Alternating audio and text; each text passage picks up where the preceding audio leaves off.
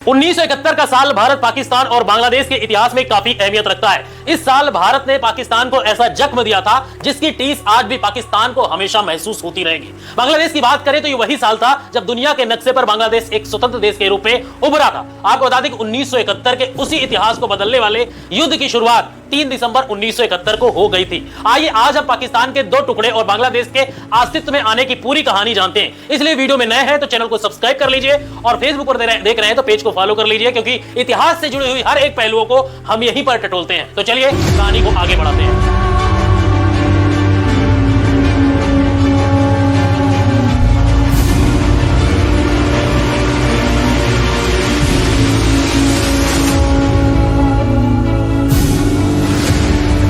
Colonial era यानी कि British राज से पहले की कहानी शुरू करते हैं। भारतीय उपमहाद्वीप जिसमें भारत, पाकिस्तान, बांग्लादेश, नेपाल, बर्मा और श्रीलंका के पूरे क्षेत्र में हजारों ऑटोनॉमस राज्य थे। अब इनमें अगर हम विशेष रूप से बंगाल क्षेत्र पर ध्यान दें, जिसमें बांग्लादेश, पश्चिम बंगाल और आसपास के कुछ क्षेत्र शामिल हैं, तो इस क्षेत्र पर 13वीं शताब्दी के बाद से ज्यादातर मुस्लिम राज्यों का शासन था। खिलजी वंश के संस्थापक मोहम्मद बख्तियार खिलजी ने 13वीं शताब्दी की शुरुआत में इस क्षेत्र में मुस्लिम शासन की शुरुआत की थी। लेकिन यह जानना जरूरी है कि यहाँ के शासकों को अपने धर्म के प्रचार में ज्यादा दिलचस्पी नहीं थी। वे सिस्टम में लोकल कम्युनिटी के लोगों को शामिल करने की कोशिश करते थे और उन पर ज्यादा फोकस करते थे। इन मुस्लिम शासकों के शासन के दौरान ऑफिस होल्डर, व्यापारी और संगीतकार और अलग अलग रिलीजियस बैकग्राउंड और परंपराओं में से मूल रूप से क्षेत्र में इस्लाम और हिंदू धर्म के बीच बहुत ज्यादा अच्छे संबंध उस समय पर हुआ करते थे। यह बहुत प्रचलित था। इसी वजह से उग्रवाद वहां पर काफी हद तक काबू में था। आगे बढ़ते हुए 1757 में ईस्ट इंडिया कंपनी ने इस क्षेत्र पर कब्जा कर लिया। इसके बाद 1947 तक ब्रिटिश शासन जारी रहा और फिर भारत और पाकिस्तान के बीच विनाशकारी विभाजन शुरू हुआ।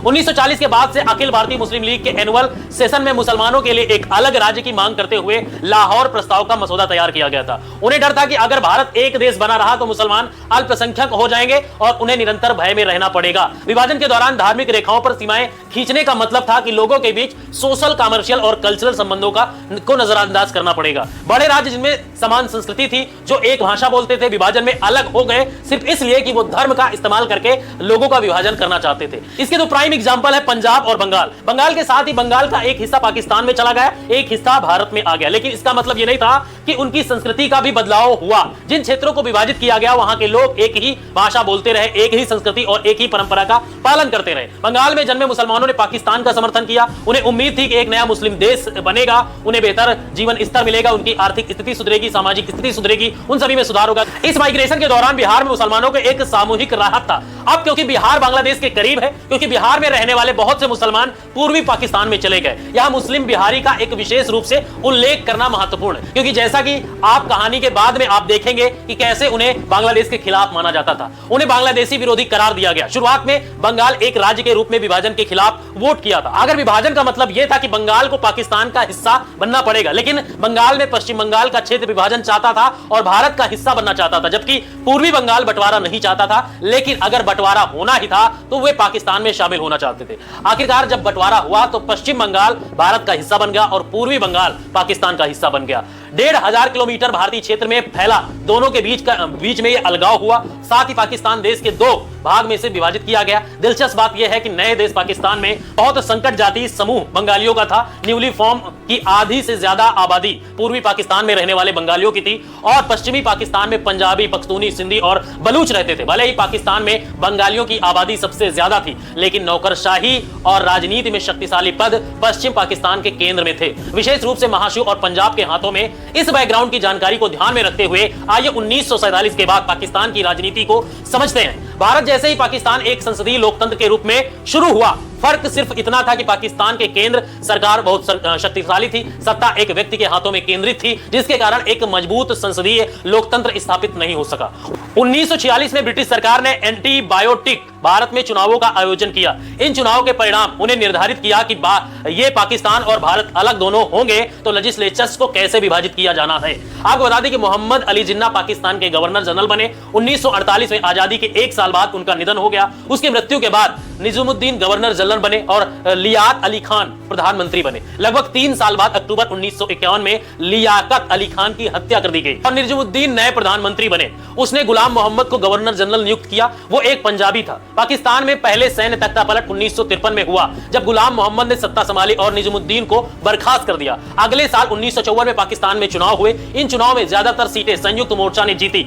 इसमें सबसे बड़ी पार्टी आवामी लीग थी, जो पूर्वी बंगाल की पार्टी थी। इन चुनाव परिणाम के बाद गुलाम मोहम्मद द्वारा पूरी संविधान सभा को बर्खास्त कर दिया गया था। 1955 में गुलाम मोहम्मद ने अपना कार्यकाल खाली कर दिया और major general Mirza governor general वहां के बने। उसके तहत पहली बार पूर्वी बंगाल का नाम बदल दिया गया। पूर्वी बंगाल को पूर्वी पाकिस्तान के नाम से जाना जाने लगा। दोस्तों, 1947 से 1978 के बीच पाकिस्तान में कई चरणों का मिलिट्री रोल रहा है। इसका मतलब यह था कि जो राजनीतिक दल पाकिस्तान में रहने लायक थे, उनसे सत्ता बलपूर्वक छीनी जा रही थी। विशेष रूप से पूर्वी बंगाल में रहने वाले लोगों को राजनीतिक रूप से प्रतिनिधित्व करने का अवसर नहीं मिला। ऊपर से देश के ज्यादातर खर्च का लाभ अकेले पश्चिमी पाकिस्तान को दिया जाता था। राष्ट्रीय बजट का 75% पश्चिमी पाकिस्तान पर खर्च किया जा रहा था। भले ही सरकार की राजस्व आय 62% का हिस्सा पूर्वी पाकिस्तान से आ रहा हो, पश्चिमी पाकिस्तान में इकोनॉमी डेवलपमेंट स्पष्ट था। 1969 से 70 के दौरान पश्चिमी पाकिस्तान की प्रति व्यक्ति आय पूर्वी पाकिस्तान की तुलना में 61% ज्यादा थी। पश्चिमी पाकिस्तान से 25 गुना ज्यादा सैनिक आर्मी पश्चिमी पाकिस्तान में ज्यादा तैनात की गई। इनके अलावा सबसे महत्वपूर्ण मुद्दा भाषा का था। जिन्ना और उनके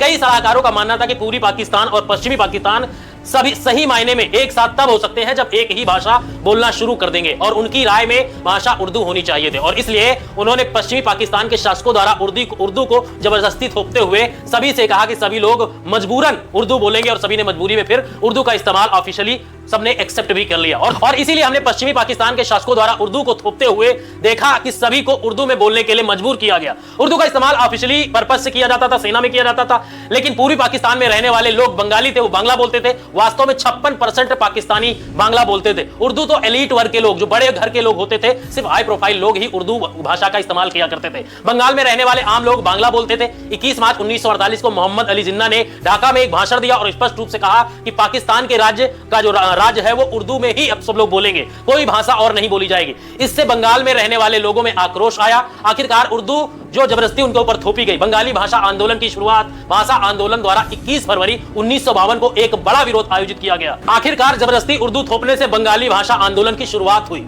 आपको बता दें कि भाषा आंदोलन जो है 21 फरवरी 1952 को एक बड़ा विरोध आयोजित किया जा रहा था। छात्रों और राजनीतिक कार्यकर्ताओं का एक बड़ा समूह विरोध करने के लिए प्रोविंशियल असेंबली के सामने इकट्ठा हुआ और पाकिस्तान सेना ने उन पर फायरिंग की, जिससे वहां पर 5 लोग मारे गए। 1965 में भारत और पाकिस्तान के बीच युद्ध छिड़ गया। इस युद्ध के बाद पूर्वी पाकिस्तान की रक्षा प्रणाली कमजोर होती गई। इस युद्ध के बाद पूर्वी और पश्चिमी पाकिस्तान के बीच आर्थिक और राजनीतिक संतुलन और ज्यादा खराब हो गए। इसके कारण पूर्वी पाकिस्तान की आर्थिक विकास के लिए 6 पॉइंट मांग की गई। इस मांग का नेतृत्व आवामी लीग की पार्टी के संस्थापक नेता शेख मुजीबुर रहमान ने किया। मांग के 6 बिंदुओं ने देश को हिलाकर रख दिया है। इसका पहला बिंदु पाकिस्तान के फेडरेशन स्टेट में उसको बदलना और पूर्वी पाकिस्तान के क्षेत्र को और ज्यादा आजादी दी जाए, और पूर्वी पाकिस्तान के संसाधन पूर्वी पाकिस्तान की सरकार को दिए जाने चाहिए। उन्होंने पाकिस्तान में 2 अलग-अलग मुद्राओं की स्थापना की मांग की, एक पश्चिमी पाकिस्तान के लिए और एक पूर्वी पाकिस्तान के लिए। पूर्वी पाकिस्तान को स्वतंत्र विदेशी भंडारण रखने की अनुमति दी जाए, और वास्तव में एक अलग सैन्य बल की मांग उनके लिए उन्होंने मांगी। पूर्वी पाकिस्तान को एक स्वतंत्र देश बनाने के जो चाह थी वो जाहिर हुई, और इसने पश्चिम पाकिस्तान की सरकार को नाराज कर दिया। उन्होंने सभी मांगों को खारिज कर दिया, और वास्तव में पश्चिमी पाकिस्तान सरकार ने दावा किया कि ऐसी मांगे अलगाववादियों की मांगे होती हैं। समाज में देश के खिलाफ इस तरह की आवाजें होती हैं, देश को बांटने की कोशिश की जा रही है इस तरह की आवाजों से। यही कारण है कि 19 जून 1969 को जब अयूब खान की सरकार ने पाकिस्तान पर शासन किया तो शेख मुजीबुर रहमान को गिरफ्तार कर लिया गया। 34 और बंगाली नागरिक और सैन्य अधिकारियों को पाकिस्तान के खिलाफ साजिश रचने के आरोप में गिरफ्तार किया गया। उन पर राजद्रोह का मुकदमा दर्ज किया गया। जनरल अयूब खान ने दावा किया कि स्वतंत्र बांग्लादेश बनाने के लिए शेख मुजीबुर रहमान और उनके सहयोगी अगरतला में भारत के साथ सहयोग कर रहे थे। इस पॉइंट तक शेख मुजीबुर रहमान एक लोकप्रिय राजनीतिक नेता बन चुके थे।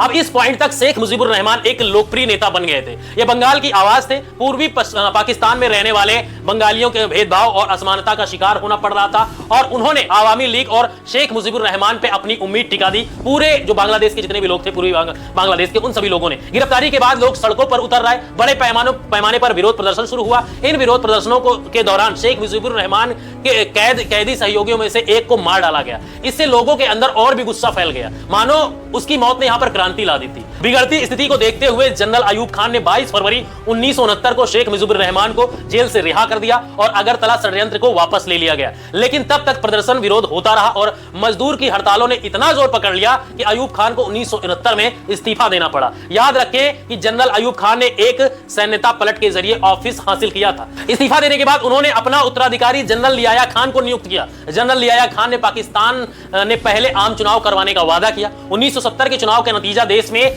को चौंका दिया। आपको बता दें कि पूरी पाकिस्तान की राजनीतिक पार्टी को जिस तरीके से वहां पर अपार सफलता मिली, उन्होंने 313 में से 167 सीटों पर जीत दर्ज की। लेकिन चौंकाने वाली बात यह थी कि उन्होंने पश्चिमी पाकिस्तान में एक भी सीट उन्हें नहीं मिली, क्योंकि आवामी लीग 313 में से 167 सीटें जीती थी पूर्वी पाकिस्तान में। लगभग हर सीटें पश्चिमी पाकिस्तान में एक भी सीट नहीं जीती, सारी सीटें वो हार गई थी। इसी से पता चला है कि पाकिस्तान दो हिस्सों में के बीच में पूर्वी और पश्चिमी में किस तरीके से खाई थी, क्योंकि पूर्वी पाकिस्तान में लोगों की आबादी ज्यादा थी और उनके पास ज्यादा सीटें थी, इसलिए आवामी लीग को चुनाव का विजेता माना जाता था। लेकिन पाकिस्तान की सरकार बनाने के लिए एक राजनीतिक दल का होना उनके पास जरूरी, जिसने पश्चिमी पाकिस्तान में कोई भी सीट नहीं जीती थी। वो समय पीपीटी के नेता जुल्फिकार अली भुट्टो ने इन चुनाव परिणाम को देखा, सेना के अधिकारियों और जनरल लियाया खान से मुलाकात की और इस चर्चा को एक नेशनल असेंबली में कैसे रद्द किया जा सकता है, इस पर चर्चा हुई। वास्तव में चुनाव के परिणाम वो नहीं चाहते थे, इसलिए वो परिणाम को रद्द करवाना चाहते थे और फिर जनरल लियाया खान ने ऐसा ही किया।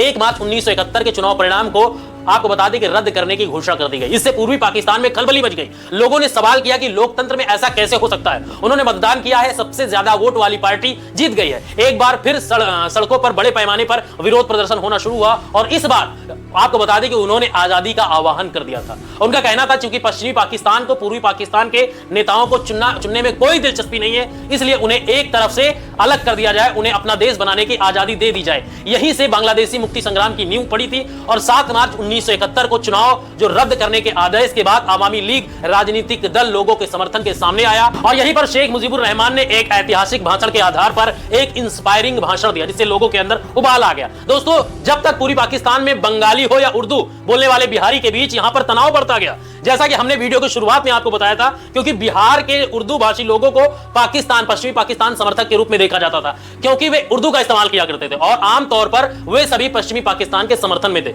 अब यहां पर जो पाकिस्तान की सेना थी वो बिहार के जो पाकिस्तानी थे उनको बचाने के लिए पूर्वी पाकिस्तान के हमलों से मार्च 1971 में पाकिस्तान की सेना ने हस्तक्षेप किया और एक बहाने से इसका इस्तेमाल करते हुए पाकिस्तान ने अपना एक ऑपरेशन चलाया और पाकिस्तान समर्थक बंगालियों को भर्ती किया। यह एक और दिलचस्प पहलू निकल कर आता है कि पूर्वी पाकिस्तान, हर पूर्वी पाकिस्तानी आजाद देश नहीं चाहता था, खासकर राजनीतिक दल जमाते इस्लामी, इसके राजनीतिक नेता और समर्थक वास्तव में पश्चिमी पाकिस्तान के सरकार के समर्थन वो करते हैं। उन्होंने पाकिस्तान सेना के साथ सहयोग किया। इस बीच पूरे पाकिस्तान में प्रदर्शनकारियों ने खुद को संगठित कर लिया था और आपको बता दें कि बंगाली राष्ट्रवादियों ने अपनी स्वतंत्रता सेना बना ली थी। मुक्ति वाणी ने पूरी पाकिस्तान में मौजूद पाकिस्तानी सेना के खिलाफ छापामार अभियान चलाया। भारतीय सेना ने योगदान दिया। भारतीय सेना ने मुक्ति वाहिनी को गुरिल्ला युद्ध की ट्रेनिंग भी दी। जवाब में पश्चिमी पाकिस्तान ने east Pakistan central peace committee बनाई। इसमें हजारों नागरिक मारे गए, महिलाओं को उत्पीड़ित किया गया, क्रूरता दिखाई गई, विशेष रूप से इंटेलेक्चुअल को निशाना बनाया गया, उनकी हत्या की गई। इस समय तक पूरी पाकिस्तान में कानून और व्यवस्था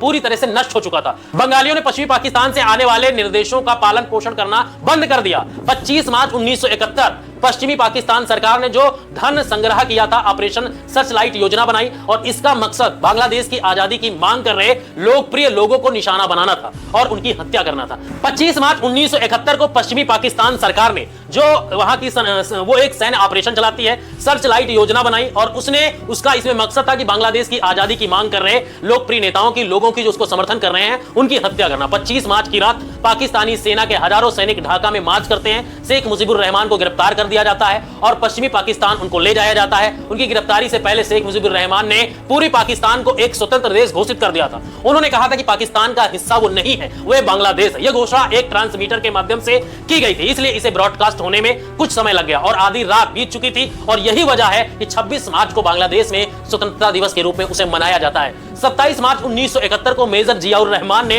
इस घोषणा को जो है घोषणा पत्र को जनता के सामने घोषित किया और बंगाल को एक स्वतंत्र देश बनाया। इस रात ढाका में 2 छात्रावास पर हमला भी किया गया। पाकिस्तानी सेना ने एक रात में 7,000 छात्रों की हत्या कर दी। इस ऑपरेशन सर्च लाइट में एक सप्ताह के अंदर 30,000 से ज्यादा बंगालियों का नरसंहार किया गया। आपको बता दें कि ढाका में रहने वाले आधे लोग शहर छोड़कर भाग गए। सभी फॉरेन जर्नलिस्ट को रिपोर्ट कर दिया गया और रेडियो ऑपरेशंस को बंद कर दिया गया। सारे पत्रकारों को हटाकर एक पत्रकार जो नियुक्त थे, पाकिस्तानी पत्रकार एंथोनिमस क्रेनहास, यूनाइटेड किंगडम को 13 जून 1971 को उन्होंने संडे टाइम्स में एक आर्टिकल पब्लिश किया जिसमें उन्होंने उस नरसंहार का वर्णन किया जो उन्होंने आर्टिकल में देखा था। इस आर्टिकल के जरिए दुनिया को बांग्लादेश में हो रहे जुल्म का पता चला। प्रधानमंत्री इंदिरा गांधी ने इस आर्टिकल को पढ़ा और कार्रवाई करने के लिए इंस्पायर हुई। इस ऑपरेशन में कई राजनीतिक नेता अपनी सुरक्षा के लिए भारत भाग गए। 10 अप्रैल को पीपल रिपब्लिक ऑफ बांग्लादेश सरकार को रिफॉर्म किया गया और शेख मुजीबुर रहमान को राष्ट्रपति घोषित किया गया और ताजुद्दीन अहमद को प्रधानमंत्री के रूप में नियुक्त किया गया। इस संघर्ष का बड़ा असर भारत में देखने को मिला। 1971 की इसरत ऋतु में एक मौसम में 10 मिलियन से ज्यादा शरणार्थी जो है भारत की सीमा में प्रवेश कर आए। प्रधानमंत्री इंदिरा गांधी ने विकल्पों पर विचार किया। आपको बता दें कि 25 अप्रैल 1971 को इंदिरा गांधी ने जनरल मानेक्श को युद्ध की तैयारी के निर्देश दे दिए और पूर्वी पाकिस्तान में प्रवेश करने के लिए तैयारी प्रारंभ हो गई।